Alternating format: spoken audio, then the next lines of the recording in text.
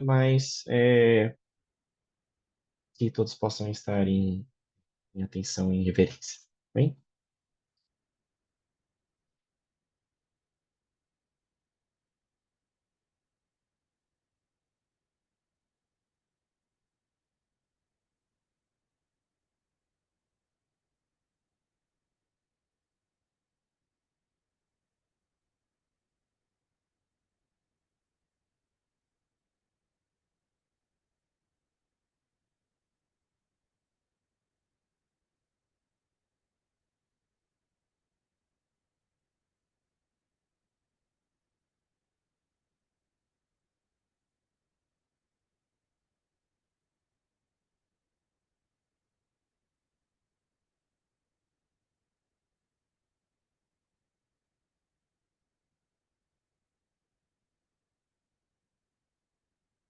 Amém.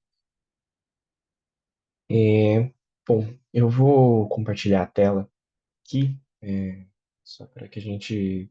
Eu fiz alguns slides para que a gente pudesse acompanhar o tema de uma melhor forma. Eu vou tentar cobrir um conteúdo um pouco extenso, mas espero que a gente possa conseguir cobrir da melhor forma, né? Deixa eu compartilhar aqui. E reafirmando que o Nilson já nos informou, qualquer dúvida ou qualquer comentário, por favor, só estender a mão. Caso eu não veja, pode até ligar o microfone, me chamar, caso eu esteja muito tempo com a mão levantada. Bem,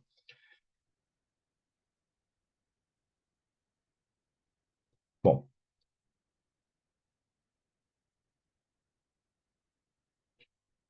como eu creio que todos conseguiram ver, né, o tema dessa noite, o semana passada, né, a Lara acabou abordando um pouco do tema, acabou conversando um pouco disso, mas a abordagem foi um pouco, eu posso dizer, a Lara pode me corrigir, caso não tenha sido essa a ideia, mas foi uma abordagem um pouco mais espiritual, foi um pouco mais focada com base no decreto e com base nessa classificação, nesse reconhecimento, tanto por nós ou com as outras pessoas que estavam que compareceram ao estudo, mas a questão de você identificar melhor como essas leis estão acontecendo nos tempos de hoje, quais são os recursos, quais são as finalidades que elas representam. E eu vou tentar abordar um pouco disso também nesse estudo, mas principalmente eu queria abordar um pouco do processo histórico, não só histórico-social, mas um processo jurídico dessa lei, e demonstrar um pouco quanto, por mais que seja um projeto, né, quanto esse projeto de lei ele é interessante, né, para não dizer ruim, né, péssimo, mas eu queria demonstrar um pouco como ele é como posso dizer, uma peça realmente fora do eixo da legislação brasileira e o quanto ele é realmente diferente, né? Especial e o quanto a gente pode se preocupar com isso e perceber que realmente existe uma diferença espiritual, né? Um peso espiritual para esse assunto e o quanto ele é caro para que a gente tenha um melhor entendimento. Então, a primeira tela aqui a gente vê o número do projeto de lei, já creio que seja conhecido da maioria dos que estão presentes. E a finalidade da lei era a equiparação do aborto, né, após 22 semanas, ao homicídio simples. E eu vou escrever um pouco mais sobre o projeto depois, mas eu queria, antes de tudo, é, contar um pouco só como que foi o processo penal, né? Como que a gente chegou no Código Penal de hoje. O primeiro Código Penal do Brasil, como vocês podem ver na tela, foi o livro 5 das Ordenações Filipinas. Né? Essas ordenações filipinas receberam o nome do rei de Portugal na época. Então, de 1603 até 1830, existia esse Código Penal do Brasil. E a característica inquisitorial era marcante, representava muito dos interesses e das vontades da Idade Média, dos princípios sociais dessa época, principalmente a descaracterização da ciência em prol da fé. Então, a gente percebe que o peso maior das ações era com base no pecado e não com base na culpa e não com base em um código, mas sim com um erro diante de uma divindade que muitas vezes era representada pelo próprio lei, pelo próprio rei. Então, nessas ordenações filipinas, a gente percebe que eles tentavam coibir, né, a conduta criminosa com base no medo e do castigo. Esse medo e castigo era tanto com base numa pena de morte, que ela podia ser precedida por tortura, é, podia ser morte pela forca, morte pelo fogo. Então, uma das piores mortes possíveis, mas ao mesmo tempo existiam penas de tortura, penas de degredo para a África, né, que era o envio das pessoas para a África em situação moribunda naquele lugar, penas de castigo, mas penas principalmente físicas. Só que o que eu queria mais concentrar nesse estudo, que eu acho que vai ser muito importante para a construção do nosso conhecimento hoje, é esse crime que eu coloquei na tela, que é o crime de lesa majestade. O crime de lesa majestade era que toda a conduta, né, a conduta criminosa, dependendo do grau de culpa da pessoa, né, então dependendo da importância daquele crime, poderia ser um homicídio, poderia ser uma traição contra a coroa ou algo do tipo, mas assim, as coisas mais básicas possíveis, se elas fossem entendidas como um crime contra a divindade, que no caso seria o rei, ele era punido de uma forma muito específica. Então eu vou ler aqui o slide.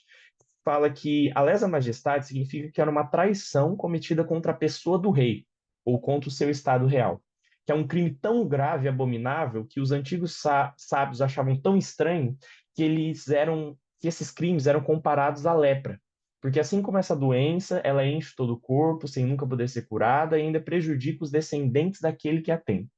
E aqueles que conversam com ele, porque ele é cortado da comunicação do povo.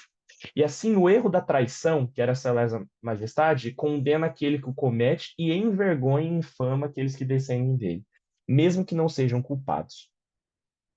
E é importante destacar nisso que a figura do herege e do feiticeiro também era criminalizada. Então, só que nesse crime de lesa majestade,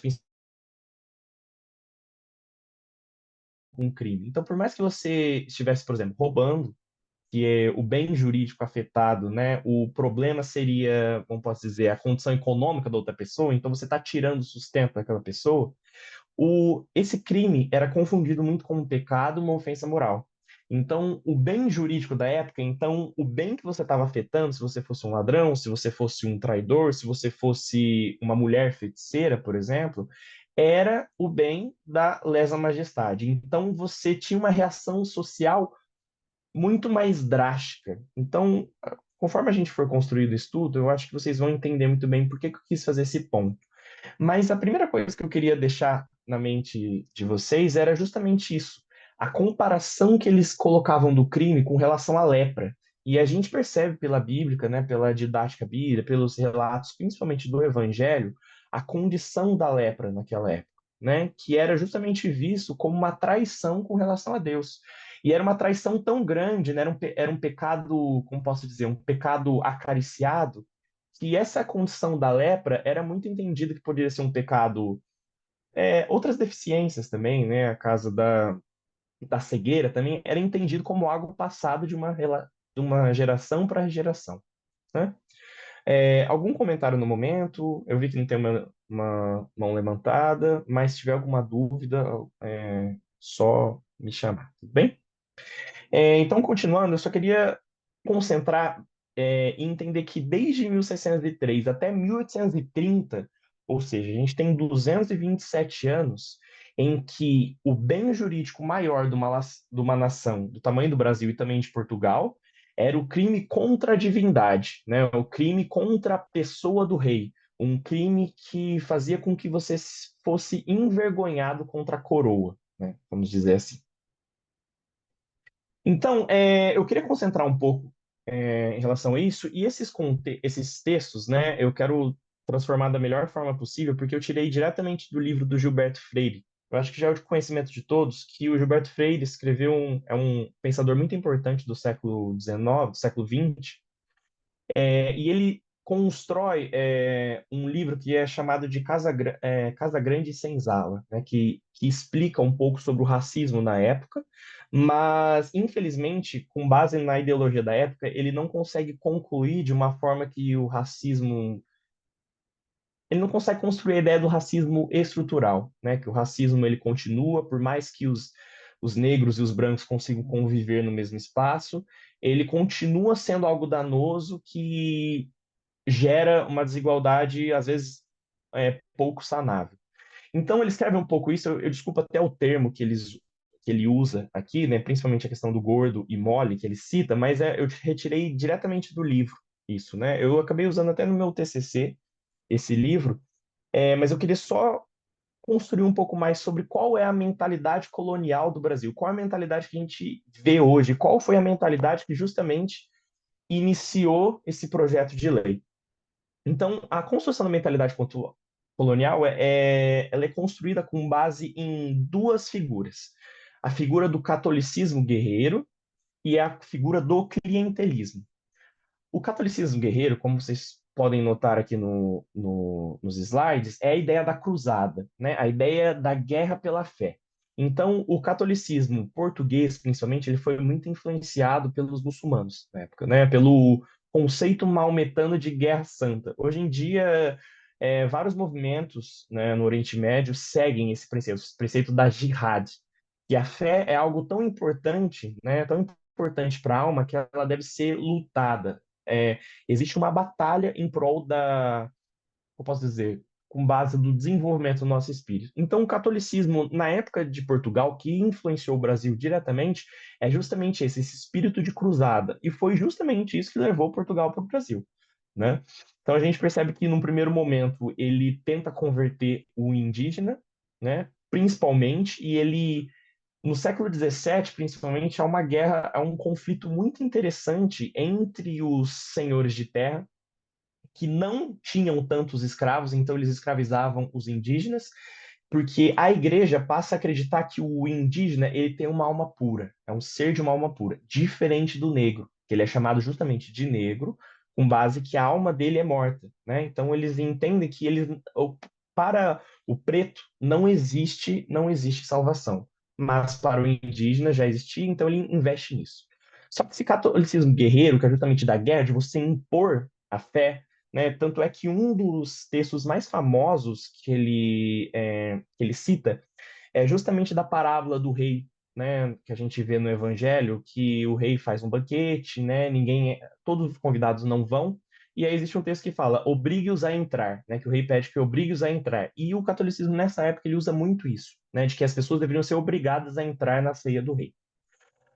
Só que, na época, eu vou ler um texto direto do livro que fala sobre justamente o clientelismo. O clientelismo é nada mais que o patriarcalismo da época colonial e da época e do Brasil, principalmente.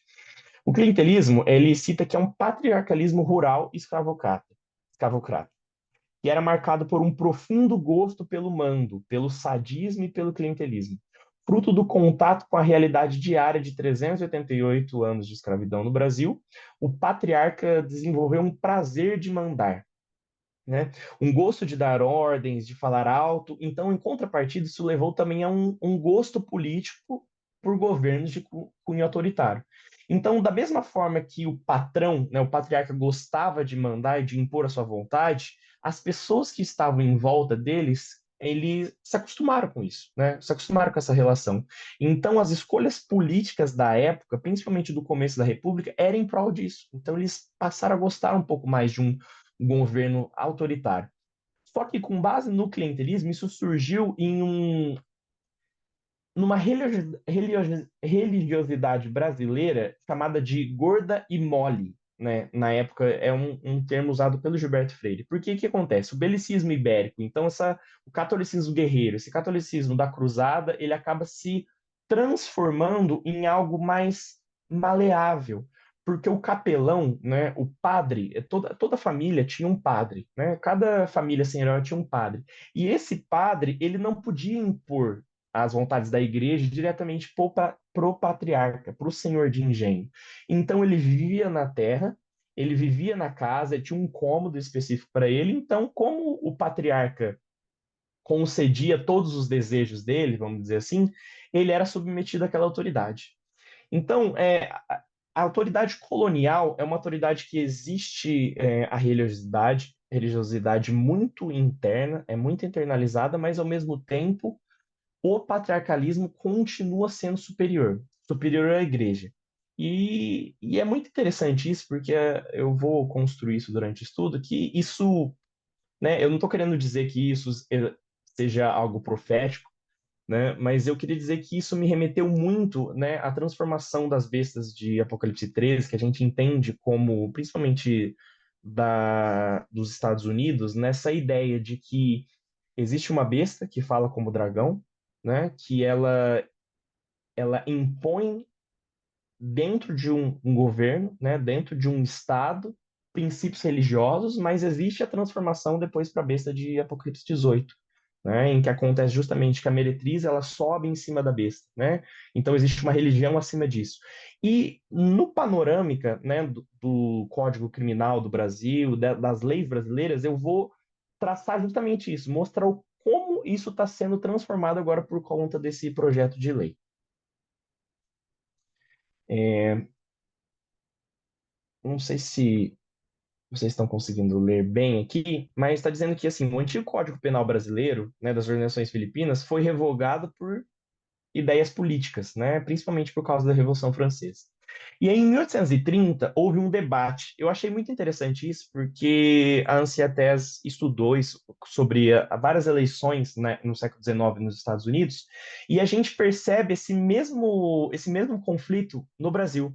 Porque quando proclamaram a República em 1822, eles propuseram um novo código.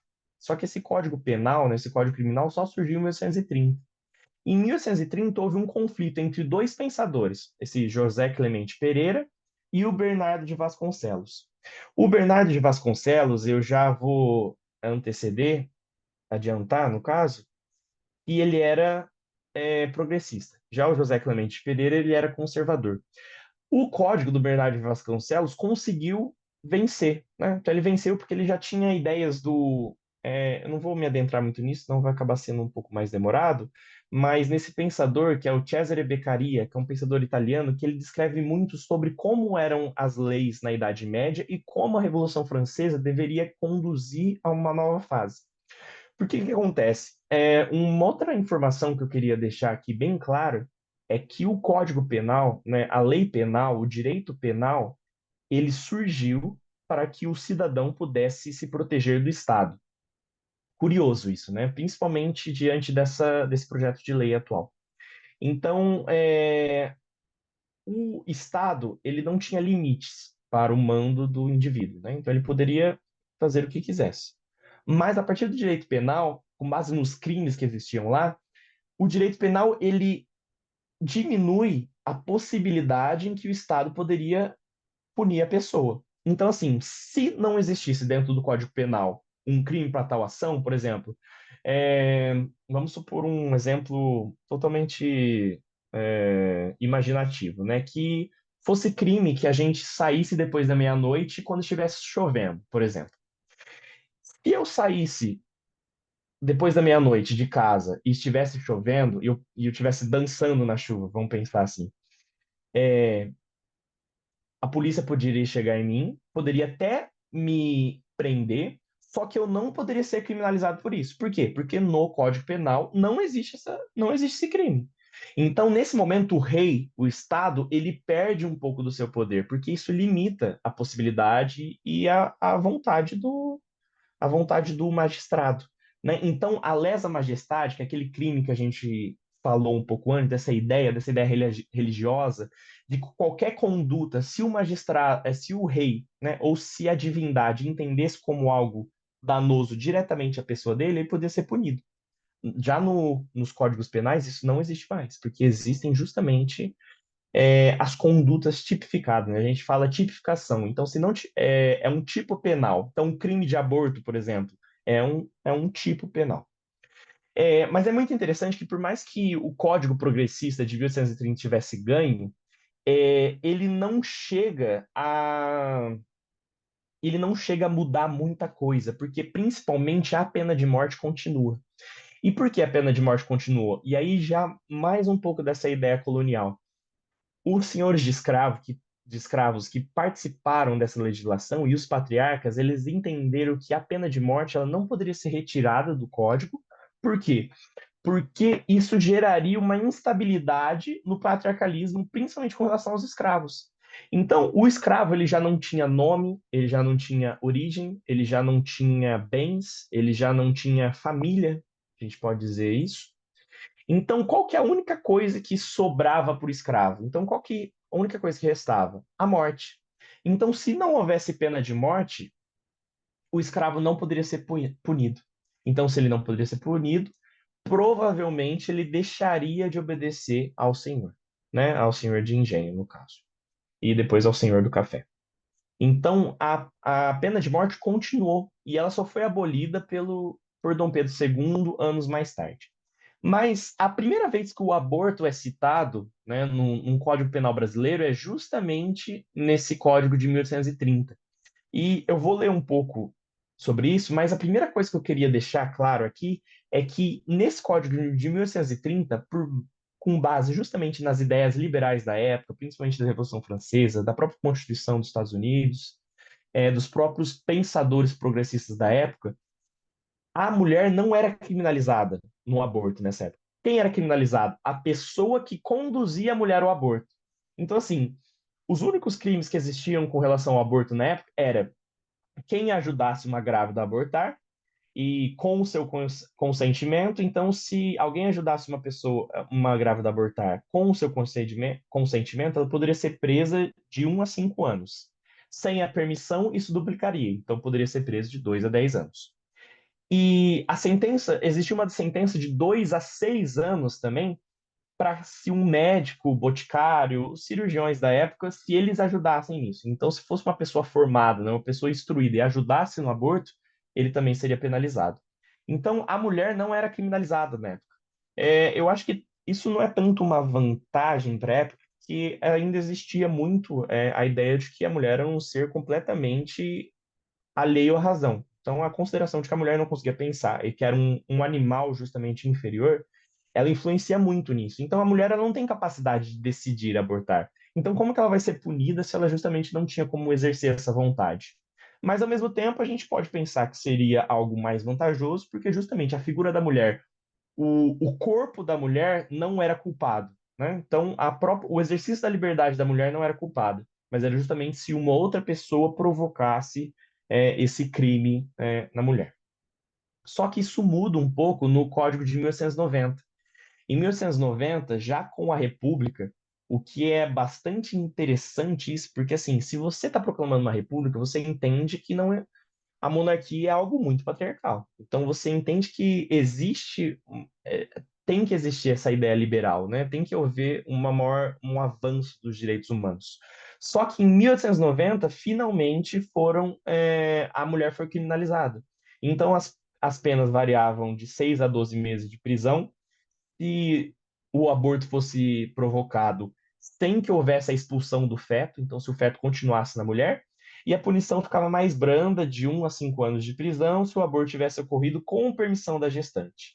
Só que a mulher poderia receber a mesma sentença se ela abortasse por conta própria, mas a pena seria reduzida em 1/3 se ela tivesse feito isso para ocultar a desonra própria. A desonra própria era justamente se ela não fosse casada e tivesse tido relações antes do casamento, ou com uma pessoa que não fosse seu marido, ou no caso de estupro também. Então a gente percebe que a figura do estupro é citada, só que não em linhas claras. Então, assim, ela tinha que ocultar a desonra própria, mas que a desonra, na verdade, não era a desonra da mulher, era a desonra da família. Então, se afetasse a família da mulher, existe uma pena mais branda, porque a família não poderia pagar pelo erro da mulher, pelo erro de um ser inferior na mentalidade da época. Alguma dúvida? Algum comentário? Por favor, fiquem totalmente livres para fazer isso, tá? Se eu estiver falando muito rápido também, por favor, me interrompam. Mas, enfim, existem alguns outros comentários que eu gostaria de fazer, mas eu queria João chegar Pedro, justamente nesse. Oi. rapidamente, Gabriel. Então, aqui, eu estou vendo aqui três datas, né? 1889, 1942. A gente está aonde no momento? É, É, porque isso é época assim. Minha mãe já. eu tinha quase nascido, não? Em 1945 ele nasceu, meu pai já estava nascido, então são tempos recentes, não? A gente tem Isso. uma relação. É, eu comentei primeiro sobre os códigos de 1830 e 1890. Então, são os dois primeiros códigos penais formais do Brasil em que cita o aborto. Então, o primeiro que não criminaliza a mulher e o segundo que criminaliza a mulher. Aí, agora, nessa tela que eu ia entrar, é do Código de 1940. O Código de 1940 é algo que, assim, até quando você entra na faculdade de Direito, você fica abismado. Que justamente esse Código de 1940 é o mesmo Código Penal que a gente tem hoje. É exatamente o mesmo, é a mesma carta, justamente ela foi promulgada por um ditador, que foi Getúlio Vargas na época, então tem muita influência do fascismo da época, do fascismo italiano, só que é o mesmo código. Obviamente ele foi atualizado, ele teve várias emendas, só que o código, né, vamos pensar assim, a caixa do código é a mesma, né? Então, agora essa é a época que a gente está falando, Gabriel, sobre justamente o código que a gente tem até hoje. Tá bem, obrigado. Imagina, imagina. Então, aqui, nesse Código de 1940, é importante a gente citar que houveram alguns erros jurídicos desde 1990 até 1940 que eles tentaram sanar. O Código de 1940, ele é muito, como posso dizer, ele é muito vanguardista para a época. Ele é muito atualizado para a época. Para a época de 1940, né? Hoje em dia, se a gente for pensar, ele é muito retrógrado, por mais que tenha vários crimes, várias penalidades que são muito avançados hoje em dia. Até com a chegada da Lei Maria da Penha, uns anos já atrás, com o crime de stalking, né, que hoje em dia, se a mulher ela for perseguida por um homem, por mais que ele não chegue perto, mas que ele não agrida a mulher, mas se a mulher estiver sendo perseguida, seja nas redes sociais, seja com membros da família dela, esse indivíduo também é punido. Então a gente teve várias vantagens, né, vários avanços. Só que o que eu queria mais citar isso é um pouco. Eu quero deixar o mais fácil possível esse assunto, porque é uma parte mais técnica, mas eu queria justamente falar sobre isso para entender o quanto o projeto de lei pelo qual a gente está discutindo agora é tão retrógrado e quanto ele vai contra até o princípio do Código Penal. Ele contraria todos os princípios possíveis. Né? E é por isso que eu queria deixar justamente esse teor espiritual desse projeto de lei. Obviamente, como a Lara até comentou no estudo de sexta-feira, não dizendo que justamente esse vai ser o decreto, que esse é o decreto, mas é, queria concentrar a nossa mente justamente para entender a solenidade do momento que a gente vive. Né? Então, o que eu queria dizer? Como a gente está na tela aqui, o Código 1940 ele abandona essa teoria causal natural e ele se adapta à tipicidade ou à influência de uma teoria finalista. O que é isso? A teoria causal natural, ela é uma teoria medieval. E justamente ela foi contrariada pelo Cesare Beccaria, aquele pensador italiano. Por quê? Na Idade Média, o inquisidor, né, o juiz da época era justamente a Igreja Católica. E como que os crimes eram punidos? Os crimes eram punidos com base na lei divina. Então, qual era uma punição clássica da época? Por exemplo, eu falo é, que fulano roubou o meu cavalo, por exemplo. Só que essa pessoa que eu estou acusando falou que ele não roubou. Só que como eu fiz a denúncia e o meu cavalo realmente não está nas minhas posses, então ele vai ser punido de qualquer forma. Só que Deus vai mostrar se ele está certo ou não. Então o que que eles faziam? Eles pegavam essa pessoa que eu denunciei, amarravam uma pedra bem pesada na perna dele e lançavam essa pessoa no rio. Por quê? Porque a natureza é comandada por Deus, né? Então, se esse homem afundasse e ele morresse afogado, então queria dizer que ele estava culpado. Então, realmente, ele estava mentindo. Agora, se milagrosamente essa pedra flutuasse e ele não morresse afogado, então quer dizer que eu menti, eu seria punido e ele estava correto, né? Então, essa teoria causal natural, ela coloca que assim, se eu realizei uma ação, a minha vontade foi em relação a isso. Então, ele não analisa dolo ou culpa, né? Que é justamente isso, se eu tiver intenção de causar ou não. Então, ele não analisa isso. Ele analisa que assim, o nosso pensamento e a nossa ação é um nexo direto. Então, existe uma relação direta entre o que a gente pensa e o que a gente faz. Só que no Código de 1940, é, é, há uma atualização muito grande, né? Estava lendo o comentário do Gabriel, exatamente. É, na teoria finalista, né? Justamente a gente enxerga a finalidade, ou seja, o dolo ou culpa. Qual é o grau de culpa que eu tive? Eu tive a intenção disso?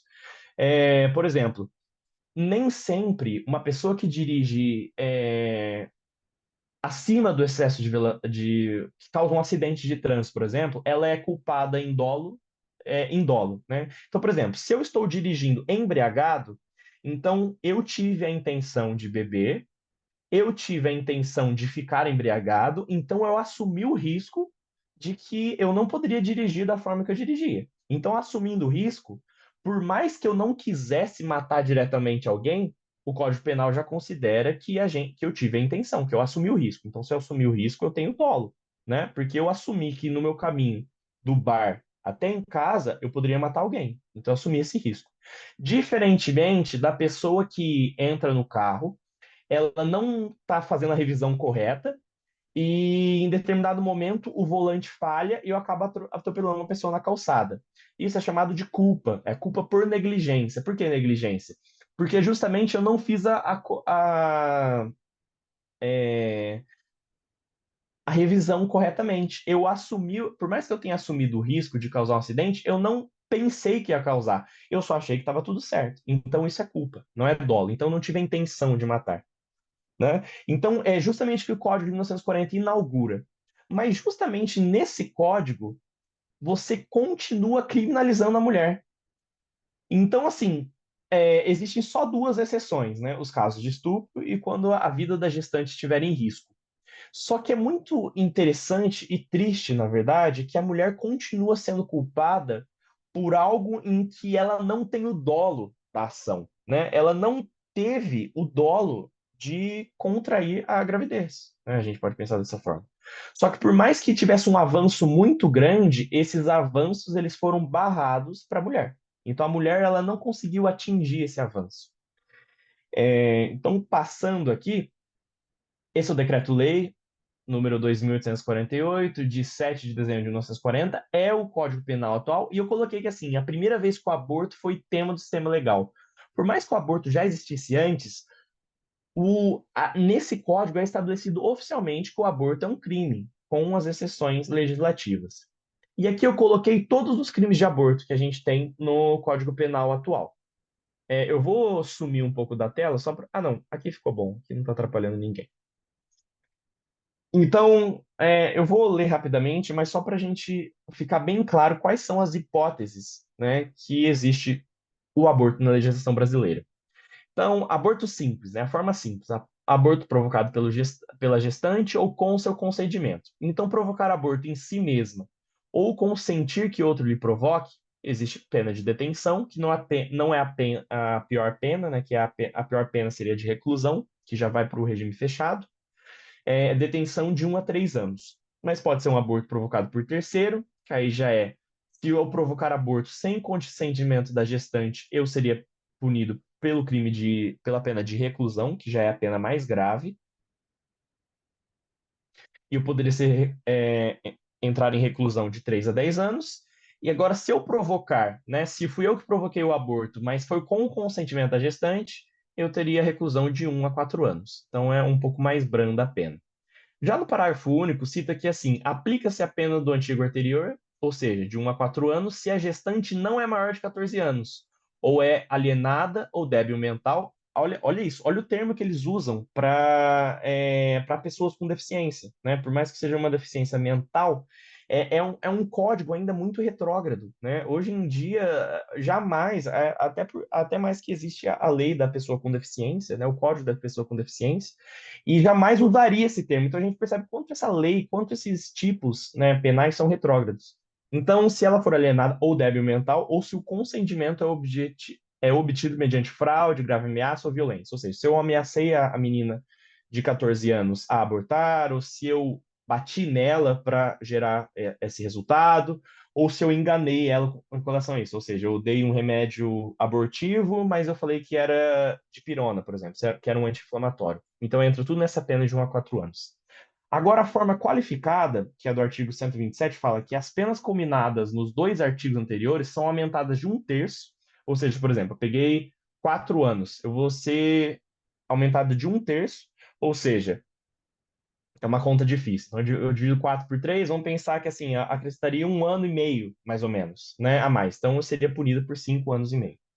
Então, aumentaria de um terço se, em consequência do aborto ou dos meios empregados para provocá-lo, a gestante sofre lesão corporal de natureza grave e elas são duplicadas. Ou seja, se eu era para ser condenado em 4 anos, vou ser condenado em 8. Se dessa lesão causada, isso ou se pelo aborto sobrevém a morte à gestante. Só que, qual é a novidade desse Código Penal? Essa questão do aborto necessário. Então, o artigo 128 fala que não se pune o aborto praticado por médico se não há outro meio de salvar a vida. Então, é aquela questão da escolha, né? Se eu salvo o feto ou eu salvo a mulher, a mãe. É, e se não há outro meio de salvar a vida da gestante, né? E o aborto no caso de gravidez resultante de estupro. Então, se a gravidez resulta de estupro e o aborto é precedido de consentimento da gestante ou quando incapaz de ser representante legal. Então, todos esses são.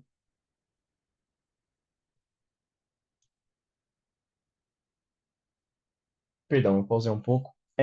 Todos esses crimes são os crimes que existem hoje no Código Penal brasileiro. Então, são todas as hipóteses em que se pode punir o aborto. Eu vou ler os comentários. O Gabriel perguntou o que seria a detenção com relação à exclusão. A questão é que a detenção é o mesmo tipo, vamos pensar, é o mesmo tipo de pena. A diferença é que, assim, se você for apenado com a reclusão, você tem que começar a pagar essa pena no regime fechado. Né? Que é o regime fechado que você tem os banhos de sol, mas você não sai em nenhum momento da penitenciária. Agora, o crime de detenção, ele pode começar é, no regime semiaberto. Então, é aquele regime que você pode trabalhar, você tem outros serviços fora da penitenciária, você é recolhido em alguns momentos, mas você desfruta de maior liberdade. Então, essa é a diferença. A reclusão, ela começa obrigatoriamente no regime fechado, tá? Então, assim, o único crime de reclusão é justamente esse aborto provocado por terceiro. Então, existe realmente uma atenuação. Então, se for a mulher provocando, ela não é punida tão drasticamente quanto uma pessoa causando o aborto. Só que justamente nisso, a gente não vê que foi vamos pensar assim, um movimento progressista do legislador. Por que que existiu isso? A gente vai explicar um pouco isso. Que quando chega o Código Penal de 1940, a honra, né, a existência da honra já era, posso dizer assim, já não era tão popular. Então, qual que era a honra? A questão é que, assim, a ideia da mulher ser desonrada, ou que, até a ideia de que a gente já comenta bastante disso, né, que o aborto ele começou a surgir na mente, né, na mente do ser humano justamente na Grécia, porque como a mulher eu não lembro se foi Aristóteles ou foi Platão que escrevia muito sobre isso, de que como a mulher é posse do marido, ela não poderia abortar, porque o feto faz parte da propriedade do marido. Então ela deveria proteger a honra do marido, proteger os bens do marido, então ela não tinha liberdade de abortar, porque ela era uma propriedade juntamente com o feto do marido. Então essa ideia da honra, ela já não estava muito popular para a época, vamos dizer assim. Então, até que eu citei aqui da Maria Ângela Magalhães Gomes, que é uma pensadora muito famosa sobre o assunto, né, principalmente do aborto, que diz que com o desenvolvimento da ciência e da medicina, passou a predominar a questão em torno da proteção da vida, mas ainda era preciso ter no código um atenuante que substituísse a honra, que ressurge sobre a ótica da violência. Então, o estupro, né, que era uma das hipóteses em que a mulher poderia abortar, o estupro não era visto como uma violência contra a mulher, então, assim, todo o dano psicológico pelo qual a mulher passa, todo o dano físico pelo qual a mulher passa, toda a violência com qual a mulher é submetida era totalmente ignorada, porque o estupro não era uma violência contra a mulher, mas uma violência contra a família, porque a mulher continuava sendo um bem da família. Então, tanto é que existiu o dote, né? Então, quando ela casava, tinha que pagar o dote porque ela estava passando uma propriedade, né? Estava passando um fruto de renda para o marido, né? Então, o estupro não era visto como uma violência direta à mulher. Então, assim, a individualidade da mulher era totalmente ignorada. A questão é que o estupro era uma violência contra a família. Então, a questão de que a atenuante do estupro que existe no Código Penal até hoje não é, assim, não é um avanço progressista. É justamente uma proteção ao patriarcalismo, né? Hoje em dia, obviamente, isso é usado de uma forma mais correta, é usado em casos muito importantes em que a mulher realmente pode ser desguardada, pode ser guardada de um trauma e de uma consequência psicológica irreversível, mas a origem disso, dessa atenuante, não foi boa. Então, e um dos dados mais impressionantes e mais tristes, né, mais, que eu posso dizer, mais pesarosos de falar isso, né, até como advogado e até como falando para vocês agora de expor isso, é que vigorou no Brasil até 2005 a legislação de que, se o estuprador ele se casasse com a mulher após a violência, ele poderia ser penado, ele poderia ser privado da pena. Então, ele poderia ser perdoado. Até 2005. Então, até 2005, se um estuprador se casasse com a vítima, ele poderia ser, ele não seria punido, né? Então, a gente consegue perceber como que os princípios da sociedade, nesses princípios patriarcalistas, eles continuam a cada dia mais. Eu vou ler uma parte aqui das minhas anotações que diz assim, que, embora a ideia de honra tenha deixado de constar na lei, os valores morais que a norteavam continuaram nas mentes dos legisladores.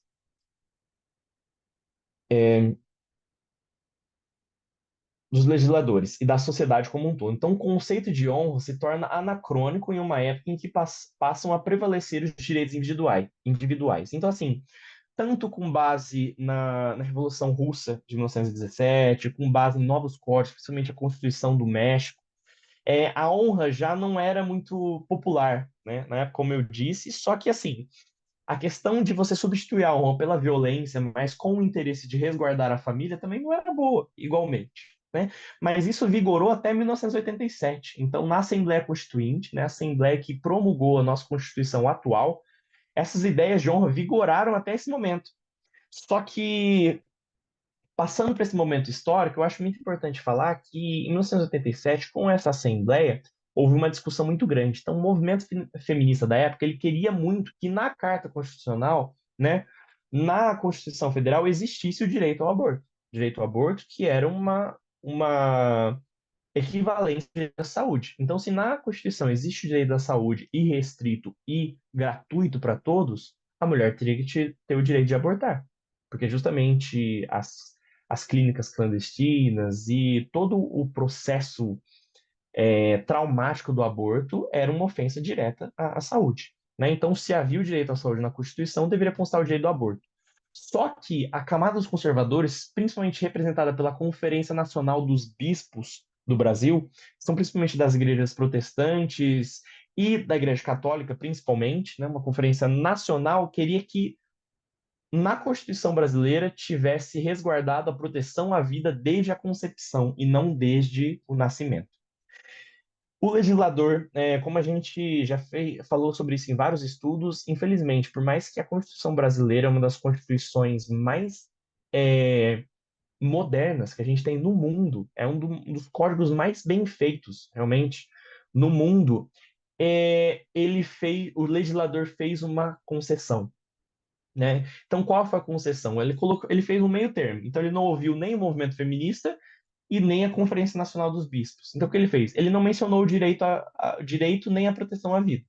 Então, ele não mencionou que o direito ao aborto deveria existir no Brasil e também não mencionou que a vida deveria ser protegida desde a concepção. Então, ficou para os tribunais, né, ficou essa responsabilidade principalmente ao STF. Então, meio que a Constituição falou, ó, no futuro os tribunais superiores vão ter que resolver essa questão. E foi o que a gente viu, né, nas épocas seguintes. De 1990 a 2000, então, realmente começou os primeiros serviços de aborto legal. Só que as mulheres, elas precisavam recorrer à justiça individualmente. E isso gerava uma demora muito grande. Então, muitas mulheres que desejavam abortar, elas não conseguiam ter esse direito assegurado antes do parto.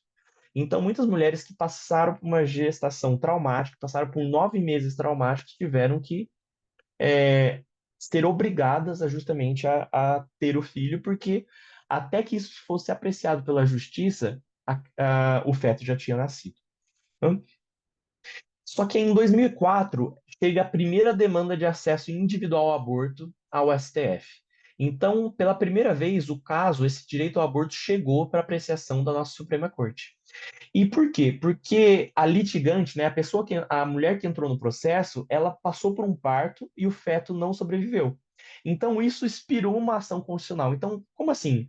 A Constituição protege a vida, protege a mulher, protege a igualdade de gênero, só que uma mulher ela é obrigada a seguir com esse parto justamente porque a justiça não teve tempo de apreciar o caso, não teve tempo de apreciar a nossa demanda, então isso chega uma ação constitucional. É, então chega esse caso no STF. Os casos no STF costumam demorar muito. A gente vai ver o quanto isso demorou e quanto é, demorou para que justamente tivesse uma decisão dessa Suprema Corte. Mas um outro texto, né, opa, um outro caso que eu cito aqui é que em 2008 teve essa ADI, né, Ação Direta de Inconstitucionalidade. 3.510 sobre as células-tronco. Então, por mais que não falasse muito sobre o aborto, ela gera muitos debates importantes, porque justamente gerou o debate sobre. Então, eu posso fazer pesquisa de células-tronco com um feto? A partir de qual momento é considerado vida? A partir de qual momento eu estou afetando a personalidade daquele feto? Então, houve essa discussão no caso. A ideia das 3 semanas de gestação sempre foi, dos 3 meses de gestação, sempre foi muito forte, justamente por Augustinho, na Idade Média, que falou que o feto recebia alma a partir da sexta semana. Então, essa ideia dos 3 meses, né, que é muito relatado, que é muito narrado hoje em dia, ela é muito presente, né, na mentalidade humana, justamente por conta das ideias espirituais. Então, essa ideia dos 3 meses, né, que até 3 meses poderia fazer as pesquisas com células-tronco, também fez parte dessa decisão, só que a discussão continuou. E continuou justamente até 2012. Em 2012, o Supremo autoriza a interrupção da gestação para os casos de anencefalia. Então, é a primeira alteração à lei penal do aborto desde o Código Penal de 1940. Então, anteriormente, existia só duas exceções, né? O caso de estupro e o caso de que a vida da gestante corria risco. Só que agora, se for clinicado, né? Se for diagnosticada como anencefalia, então a mulher é permitida seguir com o aborto. Então, essa decisão surgiu com base à proteção dos direitos à vida, à dignidade da pessoa humana, à saúde, ao direito de não ser submetida à tortura. Então, o direito da mulher não ser submetida à tortura, que justamente, e aliás é um pacto das 3 Américas, né? América do Norte, América Central e América do Sul, que é o pacto, se eu não me engano, é o pacto de São José e Costa Rica, que fala como a tortura é algo a ser simplesmente rechaçado em países democráticos. Então, justamente que a mulher não pode ser submetida à tortura, a mulher não poderia ser submetida a uma gestação em que o feto sequer sobreviveria. Mas, por mais que acrescentasse uma outra hipótese, o direito de aborto continuou não sendo permitido. Até que em outubro de 2016 surgiu um recurso especial que chegou no STJ, diferente do Supremo Tribunal Federal, mas que afirmou que a decisão de autorizar o aborto nos casos de anencefalia se aplicava também a outras malformações incompatíveis com a vida. Então, a ideia dos nossos tribunais superiores hoje é que, por mais que não seja anencefalia, se o feto estiver submetido a uma doença, né, a uma doença que não permite que ele sobreviva, então também ele pode ser permitido o aborto. Só que esse caso de outubro, esse recurso extraordinário, ele é muito interessante porque o que aconteceu? A mulher, a gestante, ela entrou com esse recurso para pedir o direito ao aborto. E aí um padre de uma cidade totalmente distante que não conhecia nem o pai nem a mãe do feto, que não conhecia o casal, ele entrou com habeas corpus para proibir que ela tivesse esse aborto. Então ele entrou com habeas corpus proibindo essa gestante de chegar ao aborto, e com base nisso, tem os relatos de que essa mulher passou 11 dias em trabalho de parto, como consequência disso. E ao reconhecer que a mulher tinha direito a ter realizado o aborto e que o padre deveria indenizá-la, o STJ estendeu, né, a decisão do Supremo de 2012. Então, assim, o grau de importância dessas legislações são totais, porque justamente esse habeas corpus desse padre, ele só pôde existir porque justamente na Constituição não existe a proteção dessa liberdade da mulher, não existe essa proteção ao aborto, não existe esse direito. Então, se eu, né, como indivíduo, entender que, na verdade, ele está matando um ser vivo, que ela está matando um ser vivo, eu posso entrar com uma medida judicial e eu posso proibir essa mulher de ter esse direito, de usufruir desse direito, né? Mas continuando, em novembro de 2016, houve um novo habeas corpus, né, 124.306, e o STF também entendeu que não cabia a prisão preventiva de funcionários de uma clínica de aborto clandestina no Rio de Janeiro. E o argumento era que era inconstitucional a criminalização do aborto nos 3 primeiros meses de gestação, por violar direitos fundamentais das mulheres. Por mais que não tivesse efeito vinculante, o que é o efeito vinculante? Quando o STF profere uma decisão, ela pode ter efeito vinculante e pode ter repercussão geral. Porque qual que é a ideia da repercussão geral? A decisão com repercussão geral quer dizer que ela pode ser aplicada em todos os casos parecidos. Então, todos os tribunais, eles têm que seguir aquele entendimento. Mas se o magistrado do caso entender que é uma situação diferente, ele pode agir de outra forma, a parte pode até entrar com recurso, pedir isso para o STF, o STF pode até permitir, mas o juiz ele tem essa liberalidade de entender que não se enquadra nesse caso. E o efeito vinculante é um pouco mais sério, porque o efeito vinculante é justamente que é obrigado. Então, se a decisão tem um efeito vinculante, quer dizer que todos os tribunais precisam aplicar à risca essa decisão. Infelizmente, essa decisão não teve esse efeito vinculante. Mas o mais atual caso sobre isso é justamente essa ADPF, que é a Arguição de Descumprimento de Preceito Fundamental. É um nomão, né, um palavrão, mas ele quer dizer que justamente que essa ação pode ser implementada quando entende que algum dos princípios constitucionais é desrespeitado. Então, se alguns princípios, por exemplo, vamos colocar aqui, o direito à vida é desrespeitado, eu posso entrar com essa ação perante o STF. Então, o que que essa ação pedia, né? O que que a pessoa pedia? Que a descriminalização, opa, ele pede a descriminalização do aborto até a 12ª semana de gestação, dizendo que há uma violação de direitos fundamentais das mulheres, especialmente o direito à dignidade e à cidadania. Isso foi discutido em audiências públicas em agosto de 2018, mas segue pendente atualmente de julgamento. Tanto é que os últimos casos de julgamento foi justamente dessa DPF. Então, essas últimas decisões, até um dos pronunciamentos da Rosa Weber, né, que ficou muito famoso, entrou muito nos canais de fake news, falando. Foi até interessante que muitas igrejas, né, elas receberam,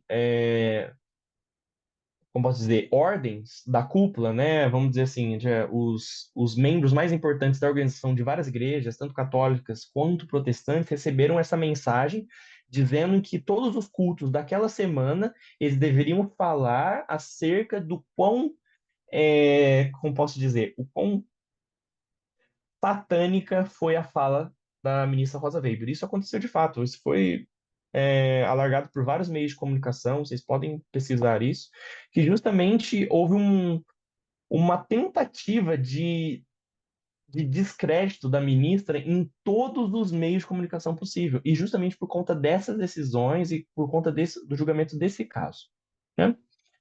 Até aqui tudo bem? Alguma dúvida? Algum comentário que vocês queiram fazer?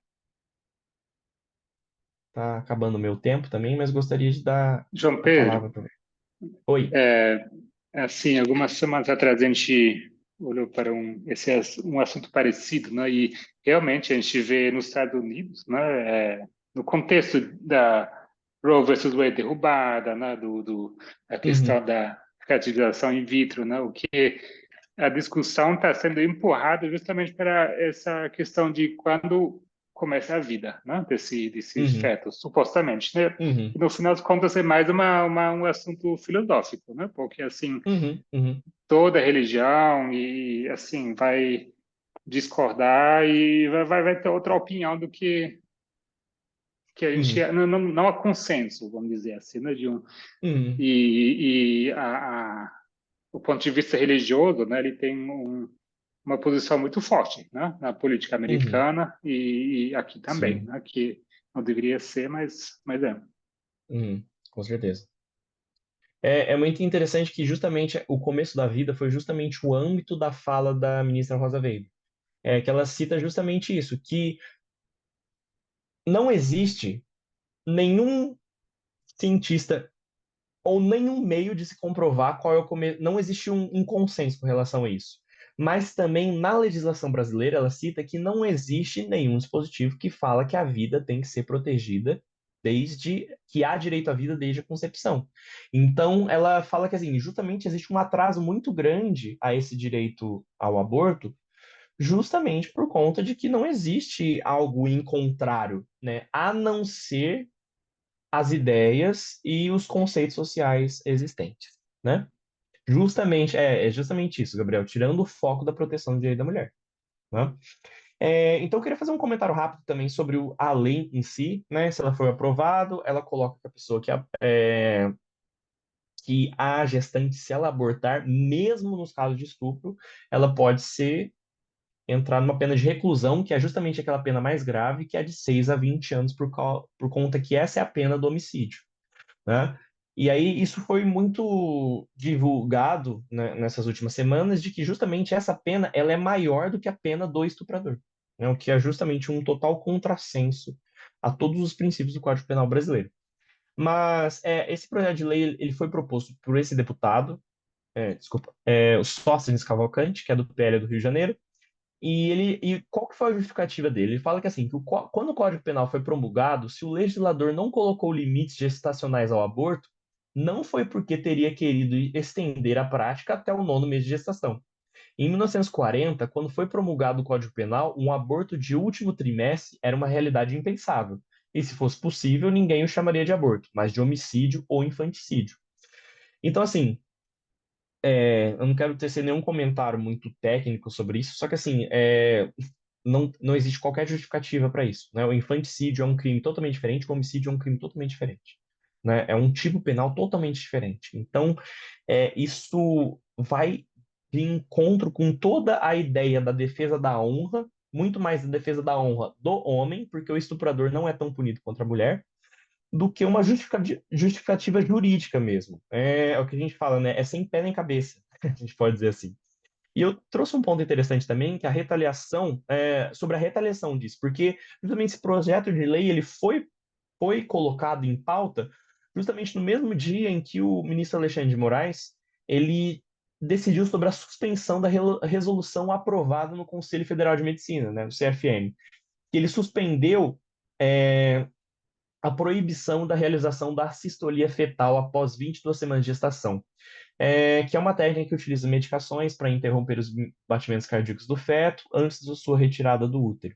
Então, justamente quando o ministro Alexandre de Moraes proibiu que houvesse essa proibição por base do Conselho Federal de Medicina, surge essa PL, que nos mostra bastante sobre o conflito que a gente vive hoje. O conflito dos princípios, o conflito conservador e progressista existe, né? E a gente pode até citar que o grande conflito ele é visto a cada dia na nossa realidade. Por fim, eu estou passando um pouco do tempo, mas eu só queria trazer um pouco de alguns dados para a gente ter uma ideia do país que a gente vive e do quanto essa medida de lei é simplesmente absurda, né? Antes eu queria ler, inclusive eu recomendo muito esse site, que é o site Catarinas, né? Que ele é feminista que dá vários contextos e vários dados sobre a realidade da mulher hoje no Brasil.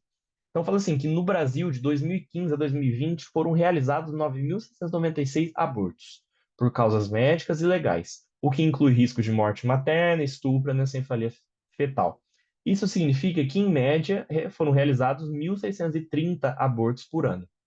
E de acordo com o registro do sistema, isso é de acordo com o registro de Sistema de Informações Hospitalários, Sistema Único de Saúde, né? Essas mulheres, né, que chegaram a esse aborto, a gente pode ver que no ano de 2015 foram 1.670, 1.707, 1.661. 2019 foi um apogeu maior, né, 1.894, mas em média foi realmente 1.600 mulheres por ano que chegaram a esse direito. Aqui mostra um pouco da parcela da faixa etária, né, das pessoas. É, Praticamente 90% foram mulheres com mais de 18 anos, 2% foram mulheres até 13 anos, crianças, né? Crianças até 13 anos, e adolescentes de 14 a 17 anos representam 7%. Agora, um pouco de um prospecto, né, da cor dessas pessoas. É, 26% foram pessoas brancas que tiveram esse direito, e 30%, né, de pessoas pardas. As pessoas pretas, né, reconhecidas enquanto pretas, né, foram 3,15%. E com base em todos os outros estudos que a gente entende que é a população mais carente do Brasil hoje, a gente percebe o quanto esse direito é totalmente limitado. E também 38%, que é um pouco assustador, que fala que não foi informado, né, qual é a raça, cor, qual seria a raça, cor desses indivíduos, né, que demonstra um pouco também sobre a própria não reconhecimento, né, não reconhecimento racial que a gente vê no Brasil. De 2015 a 2020 foram feitas 70. Olha, acho que isso que é o mais interessante, que é até um pouco do argumento que o Gabriel citou sobre a questão da inseminação artificial, sobre essas clínicas de fertilização in vitro, né?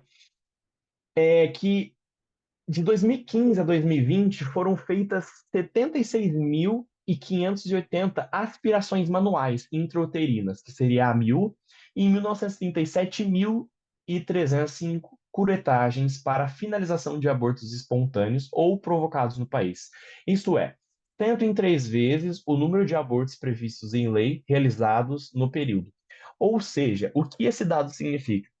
Significa que é mais fácil, né? É mais fácil você sofrer um aborto espontâneo, né? De que a gestante sofra um aborto espontâneo e tenha perigo de vida, ou seja, que ela sofra um aborto espontâneo dentro de casa, ou ela provoque esse aborto dentro de casa, ou ela provoque isso numa clínica clandestina. Então a gente percebe que estão sendo realizados abortos hoje em dia. Abortos clandestinos estão sendo realizados, a gente pode dizer, 1 milhão de abortos nesses últimos anos. Então, em 5 anos, de 2015 a 2020, foram realizados 1 milhão de abortos. Isso contraria totalmente o dado de 9 mil abortos que a gente vê que são abortos legais. Então, assim, existe 1 milhão de mulheres que sobre, estão passando por risco de vida, e estão realizando esses serviços posteriores, né? Que o AMIU é uma aspiração realmente do restante da matéria orgânica que existe naquele útero, e a curetragem realmente é uma raspagem, né? É um processo bem traumático até, né? Então é muito mais fácil você sofrer perigo de vida e você poder morrer no banheiro da sua casa, por exemplo, do que você ter um aborto seguro e, vamos dizer assim, eu ia falar prematuro, mas não é justamente sentido, mas dentro do prazo mais saudável, vamos dizer assim, né? E aí, voltando um pouco para o slide, eu só queria finalizar justamente com isso, com esses dados, de que uma em cada 7 mulheres, peraí, uma em cada 7 mulheres aos 40 anos já passou por aborto no Brasil. Então, de 7 mulheres, uma. Então, isso é em torno de 52%, quer dizer, 52% dizem ter realizado o aborto com menos de 19 anos. Então, assim, é uma porcentagem muito alta, né? Então, se você pensar que de cada 7 mulheres, uma realizou um aborto até os 40 anos de idade, é um dado muito assombroso, assim, a gente pode dizer assim. E mais importante ainda é dizer que elas sendo menores de idade é mais que a metade, né? Mais que a metade das mulheres realizaram esse aborto. Outro dado importante: a cada 8 minutos uma mulher é vítima de estupro no país, né? E o Sudeste teve o maior número de ocorrências. Só acrescentando um pouco, né, de que Em 2022 foram registrados 67.626 ocorrências, ou seja, num ano, 67.000 estupros foram realizados no Brasil. Isso equivale aproximadamente a um estupro a cada 8 minutos, né? De acordo com o relatório anual socioeconômico da mulher, que é do Ministério das Mulheres. E o Sudeste teve a região mais, que é a região mais populosa do Brasil, teve o maior número de ocorrências de estupro, que somando são 22.917.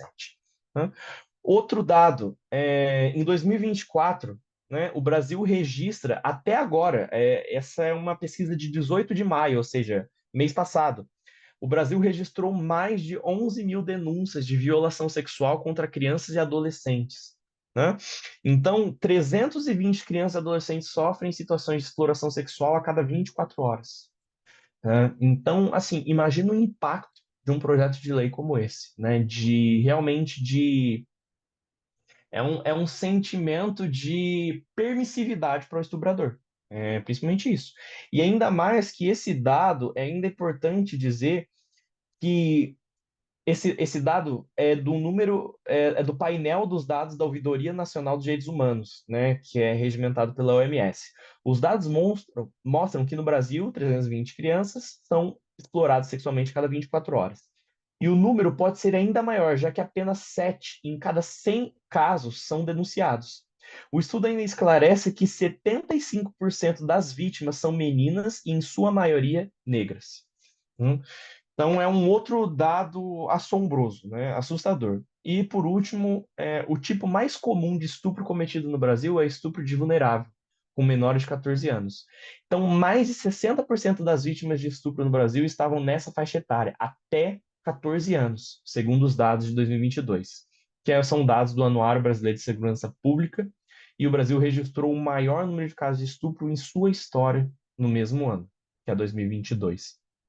E trazendo um pouco, eu até peço perdão justamente por trazer esses dados, eu creio que são importantes para a gente ver a realidade que a gente vive, mas assim, é um assunto totalmente arrasador, é muito pesaroso trazer isso, mas eu queria também demonstrar que, de acordo com os dados obtidos pela Fundação Abrinq, a violência sexual no país é um problema que afeta maioritariamente as crianças e adolescentes. Então, é aquele mesmo dado, né? Em 2022, por exemplo, 62 mil notificações recebidas. E mais de 45 mil tinham como vítima pessoas com menos de 9 anos de idade. A proporção corresponde a 73%. Isso é, em média, há 4 anos, quer dizer, em média, há 4 casos de violência sexual no Brasil. Em 3, a vítima é criança ou adolescente. Então, a gente vê isso principalmente na região norte. 86% são de adolescente, criança. E existe um dado ainda pior, que diz que a publicação verificou dados interessantes sobre a localidade que a violência ocorre. Em 68,7% dos casos, ou seja, na maior parte, o abuso ocorreu no ambiente residencial. E outros locais relevantes são a escola e as vias públicas, que figuram em 3,9% e 5,3%. Ou seja, são números totalmente inexpressivos perante a grande maioridade de que as crianças, de 68,7% que os casos de estupro contra menor, contra vulnerável, ocorrem dentro das próprias casas, demonstrando totalmente a insegurança que a criança, justamente, que a menina hoje, né, a criança do sexo feminino passa nos dias de hoje. Né? É, mais ou menos, eu vi que o Gabriel tá com a mão levantada. Pode falar, Gabriel. Fica à vontade. João Pedro, não queria ter a última palavra, não. Estava querendo comentar sobre algo que você falou mais cedo, sobre Uhum, justamente, né, eu não tem como ignorar assim, os paralelos, né, da maneira como, eu vou generalizar, na direita, né, tem usado, né,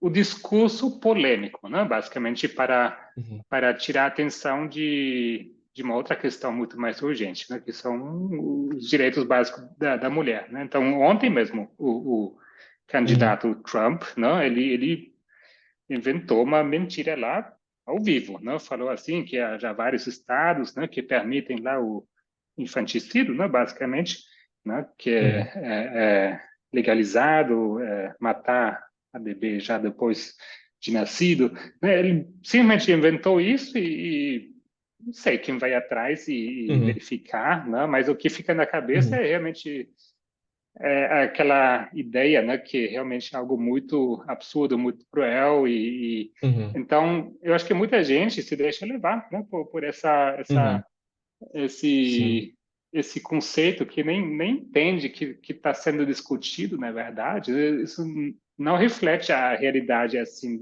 Alguém da uhum, área de saúde poderia afirmar melhor, né? Mas não é assim que as mulheres vão esperar até o nono mês e já quer saber, vou abortar. uhum, Não, uhum, não quero mais. Não, tipo, são casos como esse que você traz aí, né? Isso são os casos uhum, notificados, né? Mas assim, tira o foco, né, de uhum, um direito mais fundamental. uhum.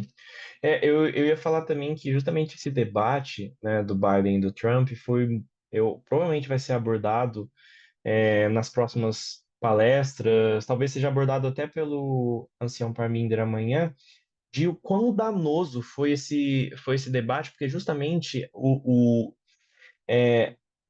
o ambiente, né, construído, ele não tinha fiscalização de fake news. Então, existem muitos debates e muitas plataformas, né, de debates presidenciais que eles já, posso dizer, eles comprovam a notícia no momento e eles já publicam isso para a audiência e tudo mais. Esse debate específico não existia. Então, o candidato Trump, ele justamente usou isso para falar os maiores absurdos possíveis. E então, quão danoso isso vai ser para a sociedade estadunidense? A gente pode ter certeza que os resultados desse debate vão ser terríveis.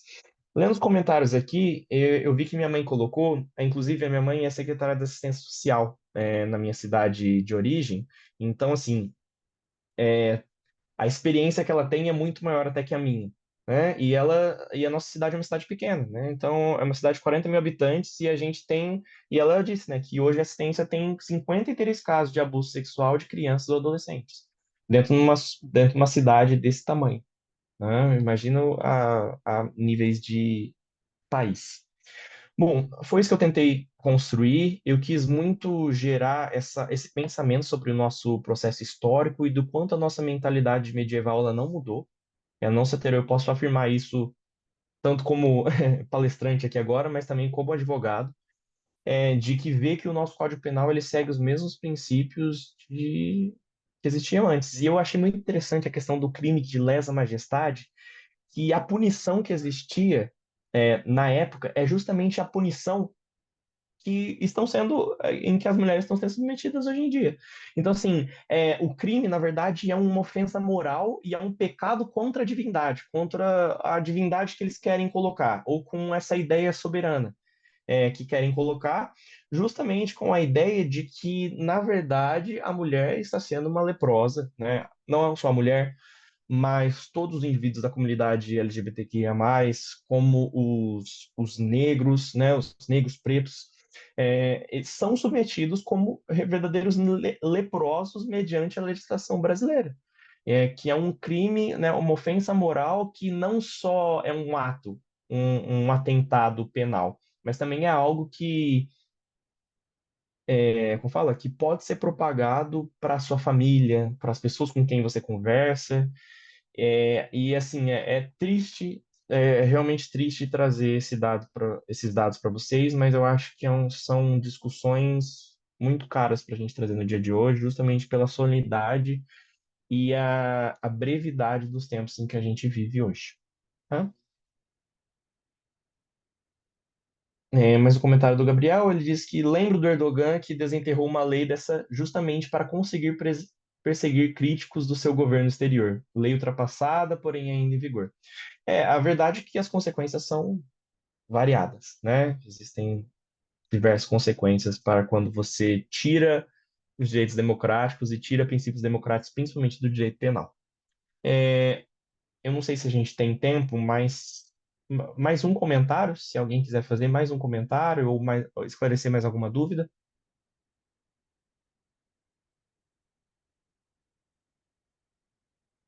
Não? Vocês ficaram muito quietinhos hoje. Todo mundo entendeu tudo? Não restou nenhuma dúvida? Tudo certo?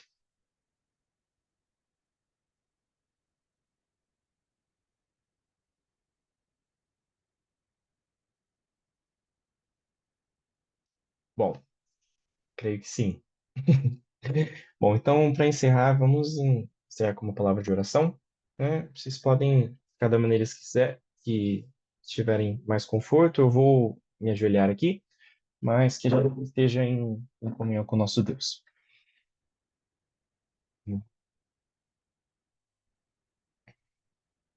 Oremos. Querido Deus, obrigado por mais um dia e principalmente por mais um sábado, que obviamente nós devemos seguir a sua presença e seguir o seu caminho e deixar o máximo de tempo possível para a tua companhia nos demais dias da semana. Mas o sábado, né, o memorial da tua criação, é um dia importante para que a gente justamente se questione sobre os nossos princípios, se questione sobre os nossos hábitos, nossos propósitos, nossos princípios. E estamos aqui, né, em reverência a Ti, justamente para que o Senhor possa inundar a nossa mente e possa transformar os nossos conceitos, Senhor. Por mais que a gente já tenha recebido muita luz e muito conhecimento do Senhor, sabemos o quão preconceituosos ainda somos e o quanto precisamos renovar o nosso entendimento e o âmbito humano da nossa mentalidade, Senhor, e principalmente pecaminoso. Mas que, na medida em que buscamos o teu auxílio, buscamos o teu conhecimento, que isso possa ser renovado, nossas faculdades possam ser renovadas e o nosso homem interior possa atingir a plenitude da tua luz e que a tua glória seja refletida em nós. Obrigado, por informações tão caras que o Senhor tem deixado à nossa mostra e o quanto os meios de informação estão sendo desvencilhados e estão sendo descobertos, por tua luz, Senhor, e agradecemos cada vez mais. E que na solenidade desses tempos a gente se mantenha no caminho, da tua luz, que não desviemos, que a gente fique atento às cordas e que a gente não caia em escuridão, não caia no abismo e possa permanecer na estrada da tua fé. É isso que eu lhe peço e agradeço, em nome de Jesus. Amém.